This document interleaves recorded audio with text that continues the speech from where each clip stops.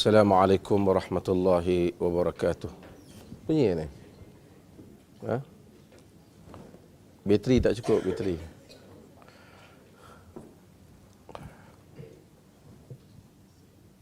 Tak bunyi. Ada. Tukar bateri.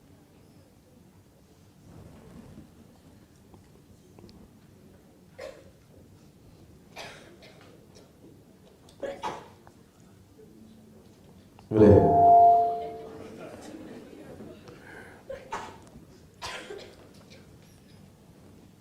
Alhamdulillah. Nahmaduhu wa nasta'inuhu wa nastaghfiruh. Wa na'udzu billahi min syururi anfusina wa min sayyiati a'malina. Man yahdihillahu fala mudilla lahu wa man yudlilhu fala hadiya lahu. Asyhadu an la ilaha illallah wahdahu la syarika lahu wa asyhadu anna Muhammadar abduhu wa rasuluh. Ada. Dia kena test dulu sebelum penceramah mai.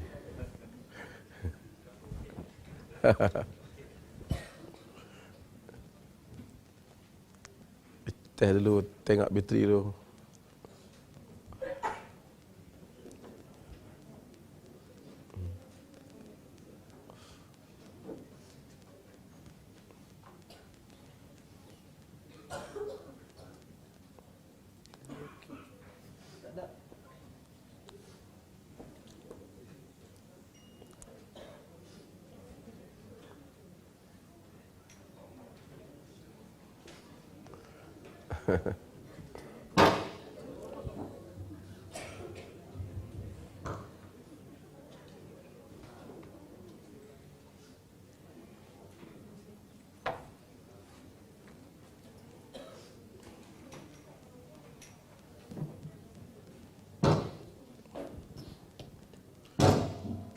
Boleh.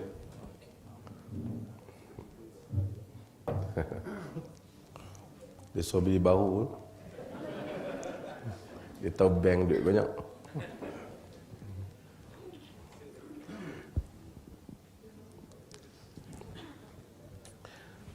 Pengurusi pihak kepimpinan Public Bank. Okey ke? Dia bila nak ceramah, dia kena ada satu orang yang main test mikrofon ni setengah jam sebelum ceramah. Ni panduan untuk masa depan. Test dulu. Saya sampai awal tadi.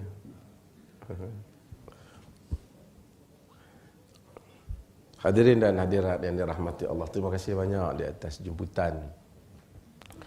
Saya tanya Ustaz Amin, apa tajuk dia Ustaz Amin? Sunnah yang menjadi fitnah. Saya sebenarnya baru pulang daripada Mekah. Tak stop lagi. Tadi duk cerita tak rehat lagi. Mai semalam PA saya kata kena pergi KL. Siapa saya pula? Ada ceramah di KL. Oh kata. Tapi tak apa, alhamdulillah. Jadi, sampai ni tanya Ustaz Amin tajuk apa? Ustaz Amin kata sunnah yang difitnah. Jadi saya duk fikir. Walau macam mana pun insya-Allah saya akan bincangkan tajuk yang disebutkan itu dengan kadarnya, dan insya-Allah kita akan buka pada sesi perbincangan. Hadirin yang dirahmati Allah. Di antara Nabi Muhammad sallallahu alaihi wasallam dan kita yang ada pada hari ini, sudah 1430 tahun lebih Nabi sallallahu alaihi wasallam meninggalkan kita. Pada hari Nabi sallallahu alaihi wasallam ada para sahabat radhiyallahu anhum ajma'in. Mereka merujuk apa-apa yang menjadi perbezaan pendapat di kalangan mereka kepada baginda sallallahu alaihi wasallam. Yakni kalau berlaku perbezaan pendapat, mereka tanya Nabi SAW. Ada perwakilan-perwakilan yang Nabi hantar ke Yaman, Nabi hantar ke wilayah ke Bahrain dan seumpamanya. Mereka ini akan, masa zaman tu tak ada WhatsApp, tak ada handphone. Mereka akan membuat keputusan berdasarkan dengan kadar pengetahuan yang mereka ada semasa mereka dengan Nabi. Kaum yang berada di tempat berkenaan, mungkin mereka tak jumpa Nabi. Mereka akan bertanya kepada utusan Nabi. Apa yang Nabi mahu, apa yang boleh buat, apa yang tak boleh buat, apa arahan Nabi. Kadang-kadang mereka bagi tahu Nabi bolehkan. Kemungkinan di Madinah telah ada wahyu baru. Yang dulu dibolehkan, sekarang tak dibolehkan. Kerana wahyu masih lagi turun. Pun begitu, kemudiannya mereka akan dapat memaklumkan tentang hadis-hadis ataupun nas-nas Al-Quran yang turun kemudian untuk orang di tempat itu membetulkan. Itu pun menyebabkan kadang-kadang berlaku khilaf di kalangan para umat Islam yang berada di tempat itu. Sebahagian membolehkan, sebahagian tidak berdasarkan maklumat yang sampai kepada mereka. Bila Nabi SAW tidak ada, sahabat radhiyallahu anhum, bukan semua mereka yang mendengar semua hadis Nabi. Kita kena tahu. Kerana Nabi bukan sentiasa apabila bercakap semua sahabat ada di kelilingnya. Kadang-kala sahabat Nabi SAW dia bergilir dalam menentukan siapa yang nak pergi dengar pengajaran Nabi. Umar bin Khattab radhiyallahu anhu umpamanya, dia bergilir dengan jirannya. Ada hari dia pergi ke kebun buat kerja dia, ada hari jiran dia pergi, mereka bergilir untuk pergi ke tempat mendengar Nabi. Kerana mereka juga perlukan kehidupan, mereka perlu kerja. Dan dalam masa yang sama mereka belajar daripada Nabi SAW. Kadang-kala Nabi bagi tahu satu hadis. Hadis ni yang apabila kita sebut hadis bermaksud perkataan Nabi, perbuatan Nabi SAW, pengakuan Nabi SAW. Termasuklah lagi nanti dia akan sebut sifat Nabi dan seumpamanya. Tapi saya nak fokuskan yang ini. Kadang-kadang Nabi dia tak buat, dia tak cakap, tapi dia buat. Hadis. Umpamanya Nabi SAW, apabila dia mendengar budak-budak menangis dalam solat, masa setengah solat, kata Anas, "Idza sami'a buka as-sabi, khaffafa salatah." Bila dia mendengar tangisan budak, dia meringankan salatnya. Rahmatan li ummihi, kerana dia kesian kepada mak budak tu. Bukan dia kata, siapa main bawa budak main masjid ni? Tak. Dia ringankan salatnya. Kerana kesimpati kepada. Tak ada perkataan, tapi ada perbuatan. Ia juga hadis. So, kena ramai kita, kerana perkataan hadis tu sendiri cerita. Ramai kita bila dengar, ingat hadis, ingat perkataan Nabi. Tapi kita kena tahu termasuknya juga ialah perbuatan Nabi SAW. Dan juga pengakuan Nabi SAW. Kadang-kadang Nabi tak cakap apa, tapi dia mengaku. Pengakuan tu kadang-kadang Nabi sama ada Nabi diam ataupun Nabi ketawa. Macam Amr bin As, dia mencerita bila Nabi SAW lantik dia supaya dia pergi mengepalai satu pasukan kecil. Dia berjunub. Orang lain berwuduk, dia bertayamum. Dia bertayamum. Jadi sahabat yang lain tak puas hatilah, apa kita punya ketua kita ni, orang lain berwuduk, dia bertayamum. Jadi Nabi tanya dia, kenapa kau tayamum sedangkan orang lain berwuduk? Dia kata, udara sejuk, aku bimbang aku jatuh sakit. Dan aku ingat Allah Subhanahu Wa Taala menyebut, wala taqtulu anfusakum innallaha kana bikum rahima. Jangan kamu bunuh diri kamu. Allah sayang kat kamu. Nabi dengar alasan Amr bin As. Dia baru masuk Islam. Tapi dia bagi alasan tu. Dalam hadis itu kata fadhahikan Nabi sallallahu alaihi wasallam. Nabi gelak dengan dia. Masuk okeylah. Kan? Kadang-kadang fatabassama Rasulullah sallallahu Nabi kita senyum. Okeylah. Kerana Nabi ni taklah kata dia gelak. Kemudian bila orang tanya, boleh kan Nabi? Tak boleh saja aku gelak pergi kat dia. Tak mungkin lah. Itu kita lah. Kan? Nabi kerana dia tindakan dia authority. So dia menentukan. Jadi para sahabat apabila Nabi SAW tak ada, mereka akan tanya antara satu sama lain. Adakah sesiapa dengar Nabi kata ini? Adakah sesiapa dengar Nabi kata ini? Adakah sesiapa dengar Nabi lakukan hal ini? Kadang-kala ada perkara yang mungkin sahabat yang kecil dengar, sahabat yang besar seperti Abu Bakar tak pernah tak mendengar. Contoh yang selalu disebut oleh para fuqaha, contoh ialah tentang 1/6 harta pusaka untuk nenek. Abu Bakar Siddiq radhiyallahu an sentiasa dia dekat dengan Nabi sallallahu alaihi wasallam. Tapi apabila timbul isu peruntukan untuk nenek dalam harta pusaka, Abu Bakar kata dia tak tahu, Nabi dia tak tahu, tak pernah tengok Nabi bagi. Tetapi Muhammad bin Maslamah, Mughirah bin Syu'bah, mereka menyaksikan bahawasanya mereka sahabat kecil-kecil je. Dia pun pernah tengok Nabi bagi 1/6. Jadi kadang-kadang ada benda yang sahabat besar tak tengok, sahabat kecil tahu. Sebab mungkin masa tu mereka datang ke Nabi, mereka tengok.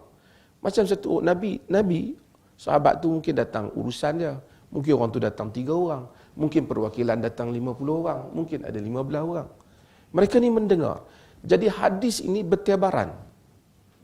Jadi sahabat akan refer antara satu sama lain apabila Nabi SAW tak ada. Tanya orang ni. Bila ada hadis Nabi, maka sami'na wa ata'na. Kami dengar dan kami patuh. Ulama-ulama ahli sunnati wal jamaah setelah melihat kepada nas dan dalil dan melihat kepada latar tanang para sahabat radhiyallahu anhu, mereka bersepakat bahawasanya was-sahabatu kulluhum udulun 'inda ahli sunnati wal jamaah. Semua sahabat itu adil, mereka tak bohong tentang Nabi. Mereka mungkin melakukan dosa kerana mereka bukan maksum, tapi mereka tak bohong tentang Nabi sallallahu alaihi wasallam. Semua hadis itu ditatabu', mereka telah follow up dan tengok daripada jalur-jalur riwayat yang berbeza-beza, menunjukkan bahawasanya penipuan sahabat tidak berlaku tentang hadis. Namun jaminan yang sama tidak ada kepada orang yang selain sahabat. Bila Nabi tak ada, yang datang kemudian orang yang jumpa sahabat tidak jumpa Nabi. Mereka ini adalah tabi'in. Mereka ini mendengar hadis daripada sahabat. Dengar daripada Ibnu Abbas, dengar daripada Abdullah bin Mas'ud, dengar. Dan mereka ini ada yang baik, ada yang tak baik. Apabila berlaku macam-macam kepentingan hidup manusia, ada orang meniaga, ada orang terlibat dalam politik, maka mula ada orang bila nak berhujah, nak gunakan nama Nabi SAW. Bila dia nak berniaga, disebut nama Nabi. Nabi kata, makan kacang bagus. Umpamanya. Kan? Sebab itu maka kita dengar hadis-hadis yang pelik-pelik. Ada hadis palsu. Al-bazinjan syifa min kulli da. Terung ubat bagi semua jenis penyakit. Palsu.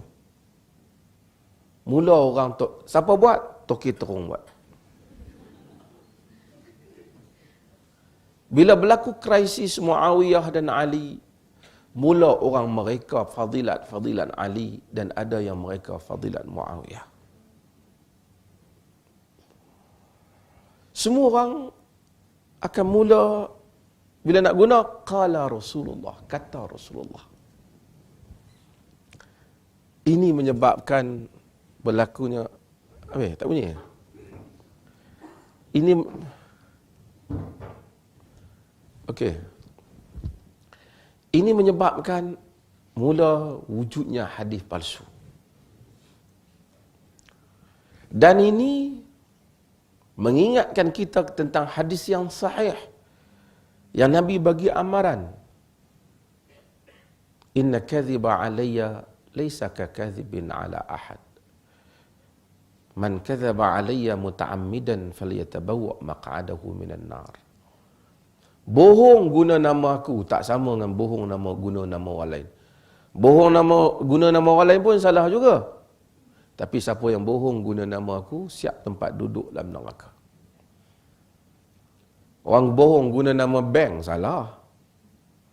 Bohong guna nama menteri, salah. Tapi bohong guna nama Nabi, kerana Nabi, perkataannya, perbuatan hadirnya adalah divine. Dia ada unsur ketuhanan, yakni wahyu, unsur wahyu. Bila orang guna, manusia yang bohong ini ada beberapa macam-macam jenis. Sebahagian yang bohong itu disebabkan kerana perselisihan kaum. Bila ramai orang masuk Islam, orang Parsi masuk, orang Arab pun ada. Sekarang kita tengok, orang Melayu ni dia tak tahu, dia ingat Iran tu Arab. Iran tak Arab, Iran Parsi. Daripada dulu Parsi ni, dia memang dia lain daripada Arab. Dia satu bangsa yang bersaing. Parsi ni dia maju sikit. Bila orang Parsi masuk, orang Parsi ni cerdik. Kita kena tahu banyak tokoh-tokoh ilmuwan dalam Islam ni ada darah Parsi. Abu Hanifah orang Parsi, darah Parsi. Semua pakar-pakar nahu, Abu Ali Al-Farisi orang Parsi. Sibawai ni orang nahu semua dalam Arab. Semua pakar nahu Arab orang Parsi. Yalah adalah juga hak Arab ni, tapi hak jago-jago ramai Parsi. Dan darah-darah yang bukan Arab, macam Al-Bukhari, dia bukan Arab. Dia orang Bukhara. Kita orang Bukhari ni, nasi Bukhari ya, kita ingat kan. Sebenarnya tak apalah yang ada orang nama Bukhari. Sebenarnya Bukhari ni bukan nama orang. Bukhari ni merujuk nama tempat, Bukhara. Merujuk, maksud dia kalau dia tu nama Bukhari, artinya dia orang Bukhara lah. Dia di belah Uzbek tu. Imam Abu Dawud, Tirmizi dan semua mereka ni bukan orang Arab. Ibnu Majah bukan orang Arab. An-Nasa'i daripada Nasa' bukan orang Arab. Okey. Bila bersaing Parsi dengan Arab umpamanya, mula ada orang kata buat hadis-hadis yang palsu. Macam mana kita tahu? Innallaha idza ghadib anzala al-wahyi bil farisiyah wa idza radi anzala al-wahyi bil arabiyah. Tuhan apabila marah turun wahyu dalam bahasa Parsi. Allah bila redha turun wahyu dalam bahasa Arab. Ni geng Arab lah kata. Geng Parsi marah, geng Parsi kata innallaha idza radi anzala al-wahyi bil farisiyah wa idza ghadib anzala al-wahyu bil arabiyah. Tuhan apabila redha turun wahyu dalam bahasa Parsi, bila marah turun wahyu dalam bahasa Arab. Ini kerana mustahil hadis ada unsur perkauman. Kalau kita baca mana-mana hadis yang bunyi macam perkauman, ia bukan hadis yang sahih. Hatta hadis dhaif yang kata inni uhibbul Arab li'anni Arab, aku sayangkan Arab kerana aku Arab, dhaif. Kerana Islam bukan agama kaum. Dia rahmatan lil alamin. Jadi itu tak kira lagi. Ada lagi hadis palsu dia kata az-zinji idza ja'a saraq wa idza syabi'a zana. Orang kulit hitam, kesian kat orang kulit hitam. Orang kulit hitam apabila lapar mencuri, apabila kenyang berzina. Allah. Ni semua krisis kaum. Muncul hadis-hadis perkauman. Muncul hadis-hadis fadilat. Orang seperti Nuh bin Abi Maryam, satu orang yang kuat ibadat. Tapi dia tengok orang banyak duk baca kitab sirah dan seumpamanya. Pasal orang banyak baca sirah Nabi. Dia mula buat hadis-hadis fadilat surah. Baca surah ni dapat macam ni. Sebahagian fadilat itu sahih. Sebahagiannya ditokok tambah oleh dia. Ribu. Nuh Al-Jami' buat hadis palsu. Maka sunnah Nabi walaupun Nabi tinggal jadi masalah. Ahlul hadis terpaksa, ulama sahabat kata Ibnu Abbas, Muhammad Ibn Sirin, mereka terpaksa nak atasi masalah ni. Macam mana? Kena cek. Kau dengar daripada siapa ni? Dia kata aku dengar daripada fulan. Dia dengar daripada siapa? Jadi mereka kena cek. Kalau dia tu boleh dipercaya, baru kita percaya siapa yang dia cerita. Kemudian nak tengok pula orang yang dia cerita tu boleh percaya tak? Maka timbullah perkataan yang masyhur, sammu lana rijalakum. Beritahu kepada kami siapa rawi kamu. Siapa rawi kamu? Kerana hadis palsu bertebaran, khususnya fadilat-fadilat. Sekarang ni tak ada korang dah lah, dulu lagi banyak. Fadilat semayang tarawih, malam pertama apa, malam kedua apa, malam ketiga apa. Sebahagian fadilat itu, kerana ulama-ulama hadis bangkit untuk mengatasi masalah. Dua pok yang kuat buat hadis palsu. Satunya ialah golongan Syiah, pasal membabitkan dia doktrin politik yang telah menjadi agama tentang fadilan Ali dan keajaiban imam-imam dia. Satunya ialah golongan Sufi. Walaupun ada orang Sufi yang baik, saleh, tetapi ramai juga mereka yang disebut dalam istilahnya sebagai golongan zuhad. Mereka buat banyak hadis-hadis fadilat, siapa semayang duha 2 rakaat, pahala seperti 70,000 para nabi umpamanya. Semayang duha tu ada dalam hadis. Fadilat tu dia tambah umpamanya. Itu yang disebut oleh Al-Imam Ibn Qayyim dalam Al-Manarul Munif. Dia kata anna hadzal kadzdzabul khabith lam ya'rif anna ghairan nabi law 'abadallah umrah Nuhin la yu'tiya ajru nabiyyin wahid. Seakan-akan pendusta yang keji ni tak tahu, selain pada Nabi ni, kalau sekiranya ibadat sepanjang umur Nabi Nuh pun tak dapat pahala seorang Nabi pun. Ini macam mana? Kita baca dalam hadis ni, bulan-bulan puasa ni banyaklah. Siapa yang buat ni, pahala seperti Nabi Ibrahim AS. Macam mana kita boleh sama dengan pahala Nabi Ibrahim? Logiknya pun dah tak boleh. Seperti pahala 70 ribu orang mati syahid. Kalau ada buku yang di masjid tu, buku doa apa? Doa Ukasyah ke apa? Doa Haikal. Yang buku Majmu' Syarif, kebanyakan masjid di Malaysia ni ada. Inilah doa yang dibawa oleh malaikat Jibril kepada Nabi dengan katanya, wahai Muhammad, siapa yang tak percaya doa ini maka kafirlah ia. Maka inilah doa yang jika diletakkan kepada kapal tak tenggelam, bagi kat mayat tak kena azab kubur, tak kat rumah tak terbakar. Kemudian banyak lagi fadilat dia. Kalau sekiranya baca dapat pahala 70,000 orang mati syahid, 70,000 orang pergi haji, 70,000 saja. Dan orang-orang sebahagian yang tidak ilmiah, mereka suka benda-benda yang seperti ini. Makcik-makcik kalau tengok, oh lega dia kata. Tambah fadilat semayang tarawih, pahala seperti Nabi Ibrahim AS. Nabi Ibrahim seorang pun masuk syurga dah. Dia dah 3 tahun dah semayang tarawih, 3 kali Nabi Ibrahim pahala dia. Ia merendahkan agama.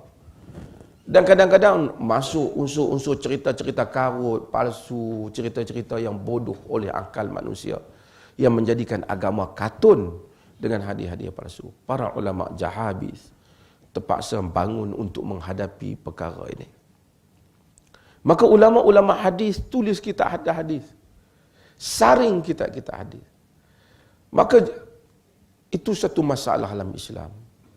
Masalah yang kedua ialah amalan-amalan yang ditokok tambah, yang dikatakan agama, yang ia sebenarnya bukan agama. Bukan agama. Sebahagiannya pendapat-pendapat yang dhaif, sebahagiannya perkara-perkara yang diamalkan, kepercayaan-kepercayaan yang alhamdulillah bila orang belajar hari ini ramai orang tahu. Dulu orang dulu macam-macam kepercayaan dia. Malam Lailatul Qadar kena pasang lampu takut malaikat lalu tak nampak jalan. Pokok duduk sangkut baju tengok sampai dia pucuk pokok durian. Khurafat yang dikaitkan dengan agama. Dulu lagi teruk Nabi Sulaiman dan sang kancil. Sang kancil jumpa Nabi Sulaiman, tanya yang ni burung, cerita-cerita yang membodohkan akal. Yang dikaitkan dengan para nabi. Kita hendaklah tahu bahawasanya hal ini berlaku disebabkan hadis palsu, maklumat Israiliyat yang diambil daripada kisah-kisah Yahudi. Yahudi juga masuk Islam. Bersama masuk Islam mereka ialah riwayat-riwayat Yahudi. Yang sebahagiannya benar, sebahagiannya tak benar. Yang disebut sebagai Israiliyat. Israiliyat. Jadi riwayat ni dia bawa. Dia tengok baca cerita Nabi Yusuf alaihi salam dalam Quran. Quran sebut Nabi Yusuf. Kemudian Quran cerita Imratun Aziz tentang isteri menteri. Quran tak bagi tahu siapa nama isteri ni. Israiliyat kata nama dia Zulaikha. Kemudian Quran cerita godaan dia pada Yusuf. Habis cerita tu. Israiliyat tambah pula. Lepas tu mereka menikah, cerai, macam-macam. Zulaikha jadi muda. Macam-macam cerita. Unsur-unsur Yahudi yang masuk. Itu tak cerita lagi. Nabi tu terbang, tikar terbang apa semua macam-macam lagi lah. Tengok perempuan mandi lah, macam-macam. Yang semua menjejaskan kemuliaan para anbiya. Yang Allah Ta'ala tak cerita benda ni dalam Quran. Kerana para anbiya dan kedudukannya yang mulia, Tuhan ceritakan dia pada anbiya bukan cerita lucu, tapi untuk memkukuhkan semangat Nabi dalam dakwah. Wa kullan naqussu min anba'ir rusul ma nuthabbitu bihi fuadak. Semua benda yang kami cerita daripada kisah-kisah para rasul, apa yang menetapkan perasaan kamu, jiwa kamu wahai Muhammad. Bukan cerita yang melucukan, tapi cerita Nabi Yusuf alaihi salam. Jadi cerita Nabi Yusuf yang hebat tu tak dapat ke orang. Dakwah dalam penjara, luar penjara, jadi menteri yang amanah. Yang ni semua tak dapat. Yang dia tahu Nabi Yusuf jampi nak naik pelamin baca apa? Doa Nabi Yusuf. Ma'anda majak, pinang siwa min bulan, kembang bunga sekuntum manis, berseri manis, bersemadi pemanis, semut mengiring di bibir mulut aku, bulan purnama di muka aku, hai mai engkau melihat wajahku seperti Nabi Allah Yusuf. Janganlah hafal pula sahabat.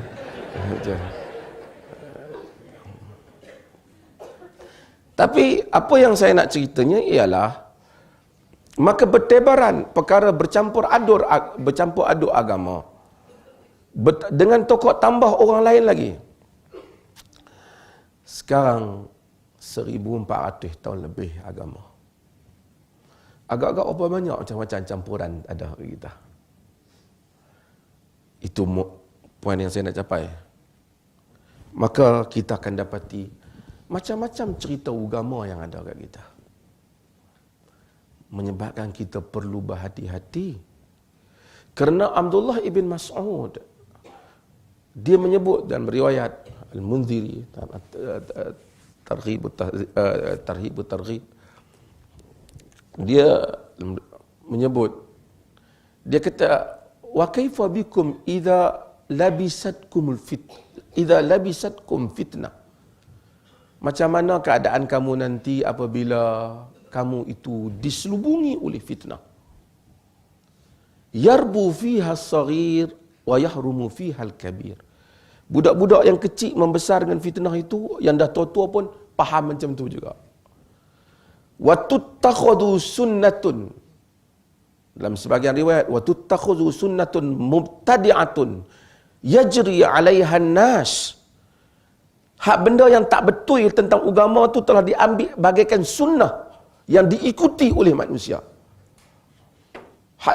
In ghuyirat syai'un minha aw ghuyira syai'un minha yauman qila hadha munkar aw qila ghuyiratis sunnah.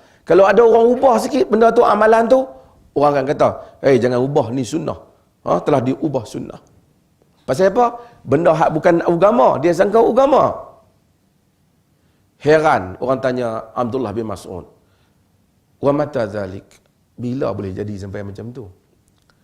Kata dia, idza qallat umanaukum wa kasarat umaraukum wa qallat fuqahaukum wa kasurat quraukum wa tufaqqiha li ghairi din wal tumisa dunya bi amalil akhirah. Apabila orang yang amanah kamu kurang, jenis orang politik kamu banyak. Apabila orang yang faqih, yang faham agama kurang, yang jenis baca banyak. Yang baca dalil ni banyak, yang faham kurang. Dan apabila dipelajari agama bukan kerana agama, dan apabila digunakan agama untuk dunia, dicari dunia dengan menggunakan amalan agama. Saya nak urai yang ni sikit, tadi saya akan buka. Tuan-tuan, nak faham yang ni, saya nak pergi pada apa benda. Kenapa kita semua beragama? Soalan yang basic untuk kita faham. Kenapa tuan-tuan nak beragama? Sebab apa? Sebab masa nak buat IC, dia bertanya kan, agama apa? Nak IC tak ada. Kenapa kita beragama?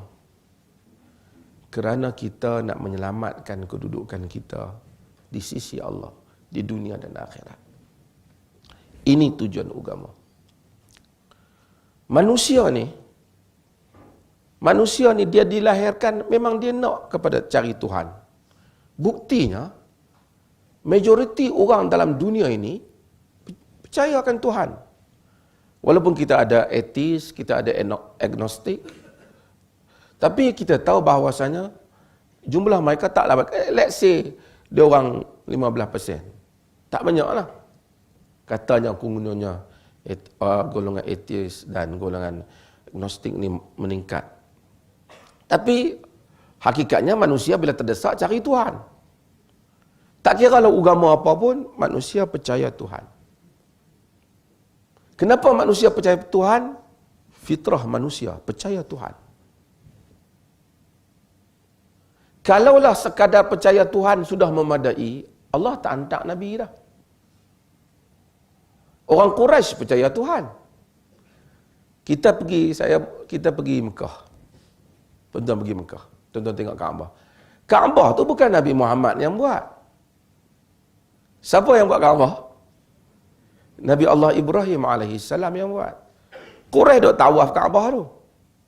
Quraisy ni walaupun macam-macam menega, menipu semua ada, tapi mereka percaya sebelum lagi Nabi lahir, apabila Kaabah mengalami kerosakan, Quraisy nak bina semula Kaabah berdasarkan binaan Nabi Allah Ibrahim. Quraisy kata, oleh kerana ni rumah Allah, yang boleh bina Kaabah ni hanyalah duit yang halal sahaja. Kumpul duit yang halal. Tentu kena tahu, Kaabah asalnya dia bukan 4 segi tu. Dia asalnya merangkumi yang tuan-tuan tengok lengkung, yang Hijr Ismail yang tuan-tuan panggil tu. Itu sekali termasuk rumah Nabi Allah Ibrahim alaihissalam. Habis tu kenapa yang 4 segi itu saja? Sebab Quraisy bila dia nak bina, nak cari yang halal saja duit. Tak cukup, banyak 4 segi itu saja. Sebab tu kalau kita tawaf, kita terus ni kosong, kita shortcut masuk ke tu. Tak sah. Kerana kita tawaf dalam Kaabah. Kerana tawaf hendaklah di luar Kaabah. Yang lengkung tu termasuk dalam Kaabah. Walaupun sebenarnya yang hakikat yang termasuk ialah 6 hasta setengah.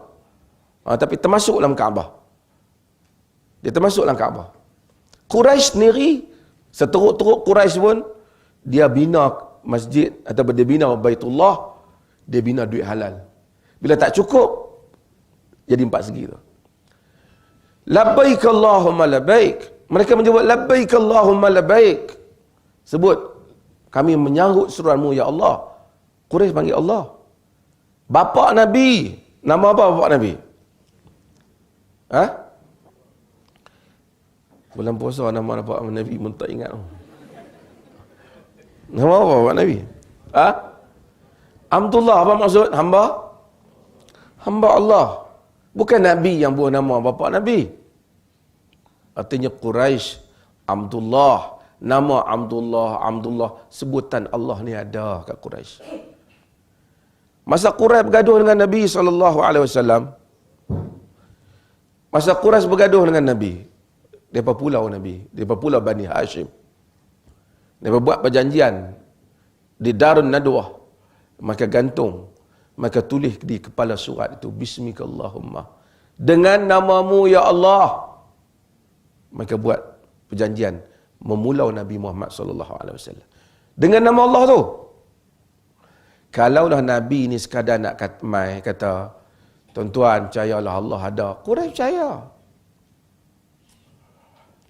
Tetapi Quraisy telah mensyirikkan Allah. Jadi kerja yang pertama yang Nabi datang ialah membersihkan akidah kita daripada syirik. Mana saja ajaran yang membawa pada unsur syirik, tak boleh jadi ajaran agama. Kita panggil ya Allah, tiba-tiba mari depan habaq mai, nak bagus lagi kita kena panggil nama wali. Kita jauh dengan Allah, wali yang dekat. Ini nak balik-balik kita pada zaman Quraisy. Walaupun yang bagi tahu tu dia pakai serban besar, dia pakai selendang. Tak. Quraisy dah buat dakwaan ini. Bila tanya pasal-pasal sembah berhala, Quraisy kata kami tak sembah illa liyuqarribuna ila Allahi zulfa. Nak bagi depa dekatkan kita dengan Allah, aja kita jauh. Maka mesti tegakkan tauhid terlebih dahulu. Apa saja ajaran yang tuan-tuan terima tentang agama yang menyanggahi tauhid, maka dia bukan ajaran Nabi. Yang kedua, kita tak tahu, orang tahu Allah ada, tapi orang tak tahu tentang Allah. Sifat-sifatnya. Siapa yang bagi tahu? Nabi kita Muhammad sallallahu alaihi wasallam. Kalau ada orang boleh bagi tahu tentang syurga ataupun neraka, tentang Allah, tak melalui Al-Quran ataupun sunnah, maka dia merupakan perkara yang tak boleh diterima. Mesti sifat Tuhan, Quran dan sunnah. Kadang-kadang orang buat cerita, esok dia akhirat kelak, oh ada macam ni. Kita tanya, adalah hadis ke? Tak ada lah, tapi ustaz saya cerita. Tak boleh. Kerana ustaz awak tak terima wahyu. Yang terima wahyu ialah Nabi SAW. Sama ada dalam Quran ataupun ada dalam hadis yang sahih. Kemudian, apa yang lagi Nabi bawa? Nabi bawa cara ibadat. Quraisy sebelum ni tak ibadat ke? Quraisy ibadat. Tawaf, bayar nazar. Habis itu, tak boleh. Ibadah hendaklah dengan cara yang Allah mahu.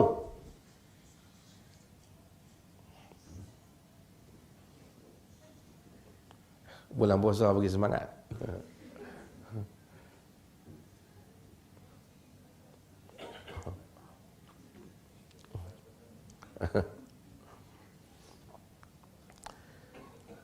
Maka Nabi ajak ibadat. Sebab tu ibadat ni, tuan-tuan pergi agama lain, mereka ibadat pada Tuhan tak? Ibadat. Habis pasal apa? Tak diterima ibadat mereka. Pasal mereka ibadat, niat ikhlas, tapi buat cara sendiri. Maka Nabi datang untuk membetulkan cara ibadat, mesti cara yang Tuhan mahu. Pagi tadi kita sembahyang subuh, 2 rakaat. Saya selalu buat contoh ni, walaupun pagi kita segak, sembahyang subuh 2 rakaat. Kita bulan puasa ni, tu imam malas buat tarawih, boleh buat sampai 8, sembahyang pergi subuh 10. Sunat boleh banyak, yang fardu ni pasal apa? Menyegar sangat. Tu imam pun buat 10 rakaat. Kita kata tak sah dah tu imam. Tu imam kata pasal apa tak sah, bukan aku berkurang, aku tambah. Hak dua tu duk ada situ lah, cuma aku tambah lagi banyak. Sah tak? Sebab tak ada jawapan, melainkan sebab tak sama hak macam Nabi tunjuk. Tu imam kata tapi ikhlas. Sekali pun ikhlas. Sekali pun ikhlas. Maka Nabi asyhadu an la ilaha illallah wa asyhadu anna Muhammadar Rasulullah. Kita bersyahadah dia je Rasul.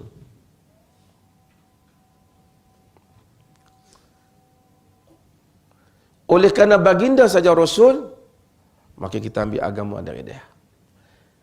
Hadirin dan hadirat yang dirahmati Allah, saya nak sebutnya ialah ini adalah merupakan apa yang mesti kita buat. Bila kita nak berugama, oleh kerana banyak cerita agama. Bila ada Facebook, ada WhatsApp, tak hari hadis mari. Riwayat kawan kita, daripada riwayat Abdullah bin Mas'ud, sampai Bukhari, sehingga kawan kita, sampai riwayat kawan-kawan yang lain. Maka kita nak kena tahu ketulinan agama. Originality agama itu. Yang mana yang asli. Orang bila nak beli barang, kita tanya ni ori ke tipu? Kan? Harum manis perlis jatuh harga. Sebab banyak harum manis tipu. Orang beli rasa lain, tak masam, tak manis, tak harum, rasa masam. Agama akan jatuh nilai dia apabila kita beramal sesuatu yang tidak ada asal usulnya. Maka tanggungjawab kita hari ini, jauhnya kita dengan Nabi, bukan saja tanggungjawab untuk beramal agama. Sebelum nak amal, kena cek. Betulkah benda ni ada dalam Quran dan sunnah Nabi, ataupun orang tambah lalu namakan dia sebagai agama. Kerana Nabi sebut, kerana seperti mana yang disebut dalam riwayat tadi, orang jual agama. Contohlah, siapa nak marah tak apa lah, nak sebut ni. Tuan-tuan tengok, yang ni contoh lain dulu. Agama lain.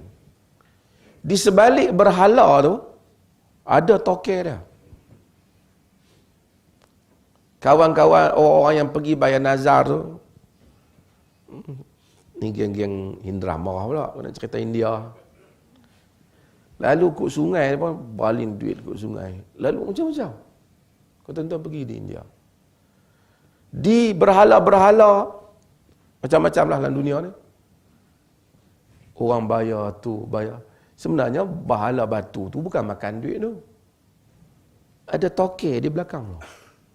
Besok dia kata, weh, dulu-dulu orang Melayu kampung, ada orang letak tokong dia apa, buah-buah apple, buah-buah ni kan. Budak-budak kampung nak pergi curi makan. Kawan tu mai tengok dah makan habis dah. Tapi lama-lama dia pun tahu tak makan kan. Dia bubuh yang plastik, budak kampung tak ada makan dah. Tapi maksud saya ialah di belakang perkara ini semua ada orang yang mengambil kesempatan di atas nama Tuhan. Agama juga macam tu, Islam juga begitu. Nabi berdakwah, punya banyak berdakwah. Pujuk bapa saudara dia, dia sayang pak saudara dia, Abu Talib. Tapi tak terima Islam. Allah kata innaka la tahdi man ahbabta walakin Allah yahdi man yasha. Kamu tak boleh bagi petunjuk pada siapa yang kau sayang. Allah bagi petunjuk siapa yang Allah kehendaki. Kerana Allah tahu siapa yang layak. Orang tu mungkin dia tengok baik, tapi dia tak mau. Allah tahu dia tak mau. Mari orang agama, sebahagian orang, dia buat ayak jampi. Ayak ni kalau minum, suami yang tak semayang boleh semayang, anak yang degil jadi baik. Ramailah orang beli. Kalau ada sungguh orang boleh jampi air, orang jadi baik. Nabi jampi dah air bagi Abu Talib masuk Islam. Nabi jampi dah telaga Zam-Zam tu. Pagi-pagi Quraisy minum, rasa lain hari ni. Kalau sungguh ada orang, tu yang saya duk kata daripada dulu, Ambil ayak dia jampi bekas besar sikit. Panggil budak-budak mak rempit ni, tahan, puli ingat nak, dia pun ingat nak kena masuk dalam. Puli kata minum ayak. Dia pun, apa saya pula dengan minum? Minum. Tidak masuk dalam. Minum-minum duduk sengak. Macam mana? Saya ingat nak jual motor.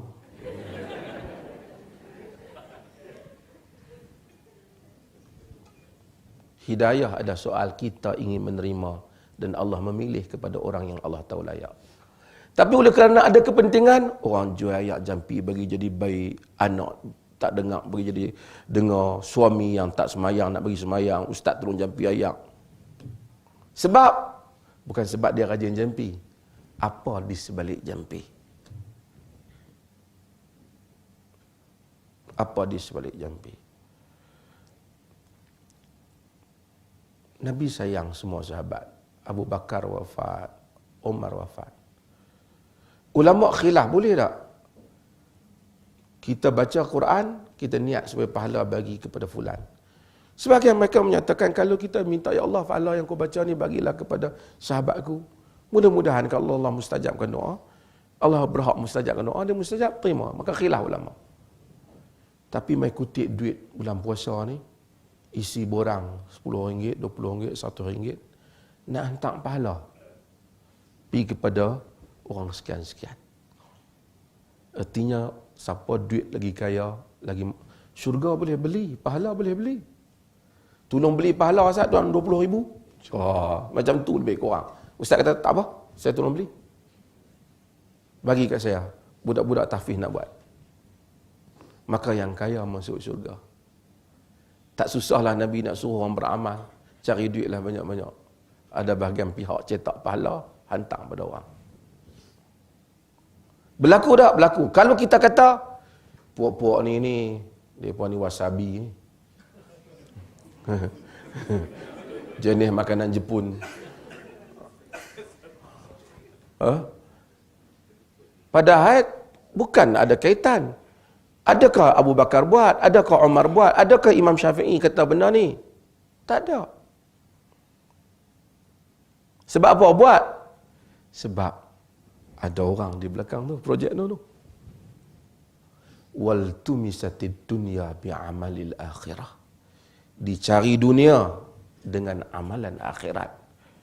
Kata Nabi kata Ibnu Abdullah bin Mas'ud. Sebahagian para ahli hadis kata dia mauquf, kemungkinan marfu' kerana disebabkan hal-hal yang seperti ini mustahil disebut oleh Ibnu Mas'ud, melainkan dia mungkin mendengar daripada Nabi sallallahu alaihi wasallam. Ada 2-3 benda saya nak sebut, tapi oleh kerana masa dah lebih, saya buka pada sesi soalan insya-Allah.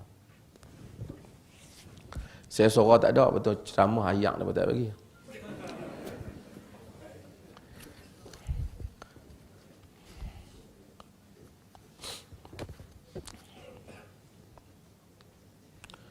Mohon pandangan tentang konflik Arab Saudi Qatar.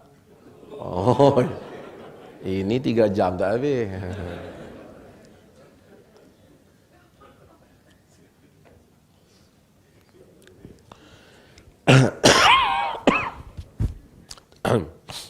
Contoh yang ni ulai lain lah. Tapi kita tahu Nabi SAW sebut. Nabi kata, yushiku an tatada'a alaikumul umamu kama tada'al akalatu ala qas'atiha. Qalu amin qillati nahnu yawma idhin ya Rasulullah. Amin qillatina nahnu yawma idhin ya Rasulullah. Qala bal antum yawma idhin kathir walakinnakum ghutha' ka ghutha'il sayl. La yaqdhifanna Allah la yanza'anna Allah min suduri aduwikum al-mahabbata minkum wa la yaqdhafanna fi qulubikumul wahn. Qalu wa mal wahnu ya Rasulullah? Qala hubbud dunya wa karahiyatul maut. Hadis diriwayatkan oleh Abu Dawud dan hadis hasan insya-Allah. Nabi kata nanti akan berlaku dibimbangi di mana manusia semua berkumpul, puli kamu, ambil tindakan pada kamu. Semua umat. Macam mana orang semua berhimpun kepada qas'ah. Qas'ah ni bekas makanan Arab, boleh makan sampai 7-8 orang. Pakat tengok ada makanan, pakat pergi terpa nak makan. Sahabat heran, sahabat bersikit ni ada orang zaman tu, tapi orang tak berani ya.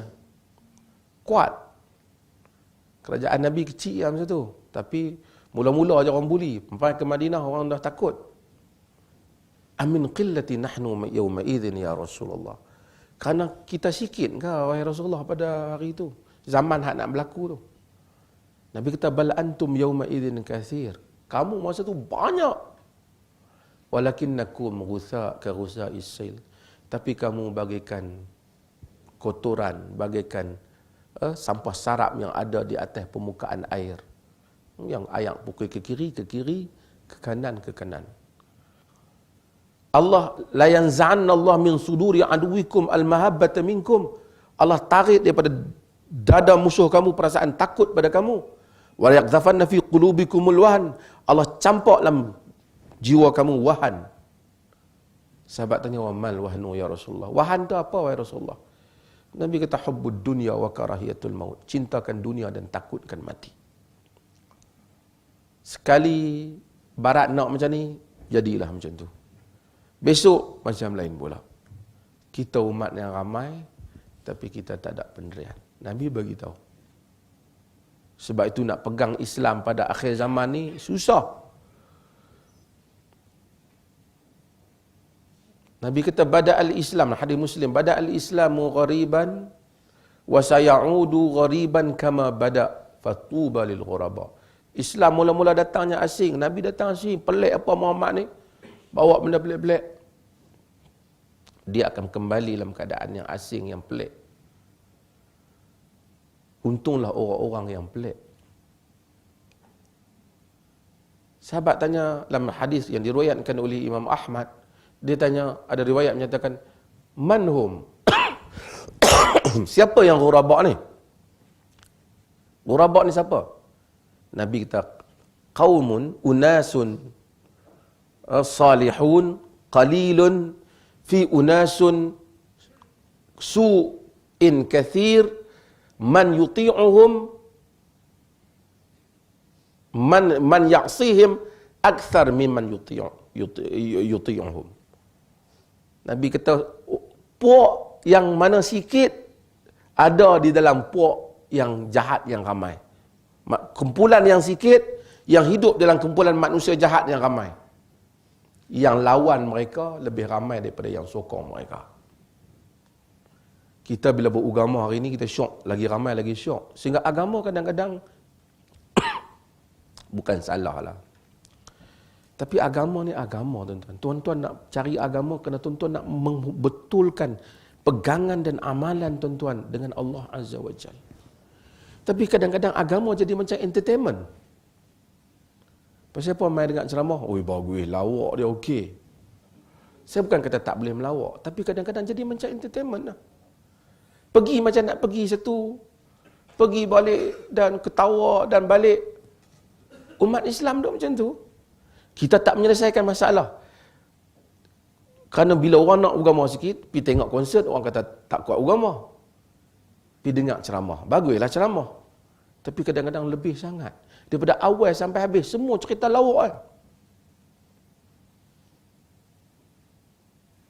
Apa yang nak dicapai daripada pengajaran agama? Agama soal pembinaan ruh, pembinaan diri. Akhirnya orang gelak ketawa dan berakhir. Program agama banyak, tapi yang membangunkan umat tidak banyak. Mungkin kita diri kita kena semak lah semua. Kita punya 4 mazhab. Imam Hanbali, Imam Hanafi, Imam Syafi'i dan Imam Ghazali. Ini pun satu mazhab baru.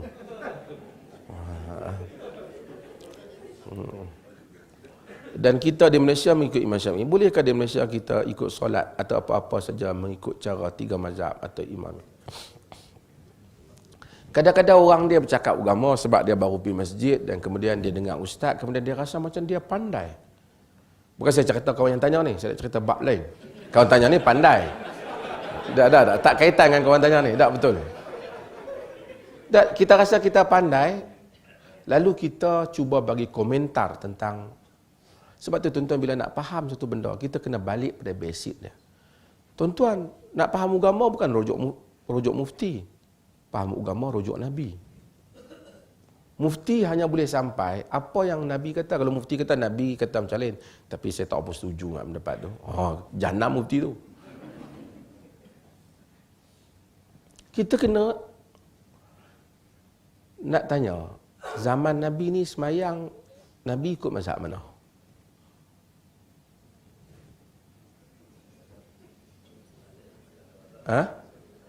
Sebelum tu lah, bukan saya nak merendah mazhab. Nak bagi faham. Nabi semayang ikut mazhab mana?